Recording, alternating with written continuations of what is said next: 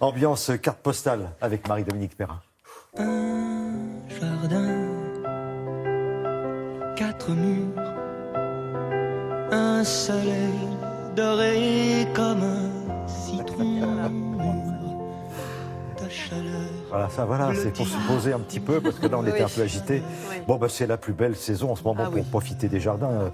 Philippe Collignon nous l'a dit tout à l'heure. À prendre la direction de l'Ille-et-Vilaine, c'est pas très loin de la baie du Mont-Saint-Michel et pas très loin de Saint-Malo, pour visiter les jardins du château de la Balue. Alors ces jardins ont été créés par la famille Artaud, la famille de Florence Artaud. Et là, on peut y dormir dans une ambiance très 17e. Et l'on doit ces magnifiques jardins, aussi bien Érignac que la Balue, à des gens qui savent cultiver l'art taupière. Toujours l'art taupière, mais en Ille-et-Vilaine cette fois, au château de la Balue, 1000 ans d'histoire.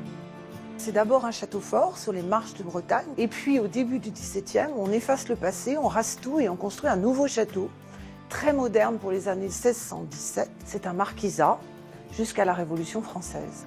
La renaissance de ce château, c'est l'arrivée de Madame Claude Artaud, l'éditrice, la tante de Florence Artaud, la navigatrice bien connue, qui va être propriétaire pendant 19 ans et qui va faire revivre cette maison.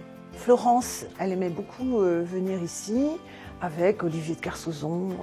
C'est ici d'ailleurs qu'a eu lieu une grande fête avant le départ de la fameuse course du Rhum qu'elle a gagnée. Ici, pas de révolution de style pour cette demeure lumineuse, volontairement conservée dans le goût du XVIIe. Il était voulu dès le départ, inscrit dans son paysage et dans ses jardins. Les jardins ont été pensés dans un esprit baroque italien. On part à la découverte de chambres de verdure, on joue à cache-cache. Et puis devant le château, c'est la perspective classique, avec des taupières très hautes qui n'ont rien à voir avec le jardin à la française. Je pense que le château de la Balue, c'est effectivement une demeure 17e qui vit bien et confortablement au XXIe siècle.